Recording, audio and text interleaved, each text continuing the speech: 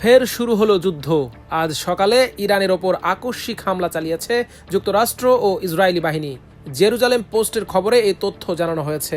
ইরানের রাষ্ট্রীয় মিডিয়ার বরাতে বলা হয়েছে, রাজধানী তেহরানে একাধিক বিস্ফোরণের শব্দ শোনা গেছে।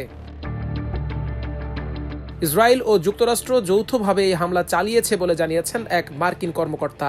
বার্তা সংস্থা ফার্স জানিয়েছে, তেহরানের ইউনিভার্সিটি স্ট্রিট ও জোমহৌরি এলাকায় বেশ কয়েকটি ক্ষেপণাস্ত্র আঘাত হেনেছে। ইসরায়েলের প্রতিরক্ষা মন্ত্রী ইসরায়েল কাতজ জানিয়েছেন, এই হামলার উদ্দেশ্য তেল আবিবের ওপর হুমকি দূর করা।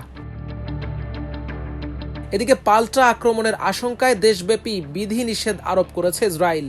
সামরিক বাহিনী জানিয়েছে, প্রয়োজন ছাড়া সব শিক্ষামূলক কার্যক্রম, সমাবেশ সহ অন্যান্য কার্যক্রম নিষিদ্ধ থাকবে। ইসরায়েলের প্রতিরক্ষা বাহিনী আইডিএফ দেশটির নাগরিকদের নিরাপদ স্থানে থাকার আহ্বান জানিয়েছে। আইডিএফের পক্ষ থেকে বলা হয়েছে, ইসরায়েলের দিকে সম্ভাব্য ক্ষেপণাস্ত্র আসার পরিপ্রেক্ষিতে জনসাধারণকে প্রস্তুত করার জন্য এটি একটি সক্রিয় সতর্কবার্তা। কাতার ভিত্তিক সংবাদ মাধ্যম আল জাজিরার লাইভ প্রতিবেদনে বলা হয়েছে, তেহরানে একাধিক বিকট বিস্ফোরণ হয়েছে। দেশটিতে থাকা আল জাজিরার সাংবাদিক এই তথ্য নিশ্চিত করেছেন। ফার্স নিউজ এজেন্সির প্রতিবেদনে বলা হয়েছে, তেহরানের জমহৌরি এলাকা ও বিশ্ববিদ্যালয়ে বেশ কয়েকটি ক্ষেপণাস্ত্র আঘাত করেছে। ইরান ও যুক্তরাষ্ট্রের মধ্যে সম্ভাব্য যুদ্ধের আশঙ্কার মধ্যেই তেহরানে আকস্মিক হামলা চালালো ইসরায়েল। এর মাধ্যমে মধ্যপ্রাচ্যে নতুন আরেক যুদ্ধ শুরু হলো বলে আশঙ্কা করা হচ্ছে।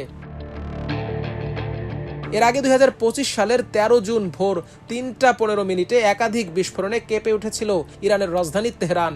200টিরও বেশি ইসরায়েলি যুদ্ধ বিমান ইরান জুড়ে 100টিরও বেশি পারমাণবিক ও সামরিক স্থাপনা এবং আবাসিক এলাকাগুলোতে হামলা করে। গুরুত্বপূর্ণ পরমাণু বিজ্ঞানী এবং সামরিক কমান্ডারদের হত্যা করার পর দুই দেশের মধ্যে 12 দিনের তীব্র সংঘাতের শুরু হয়।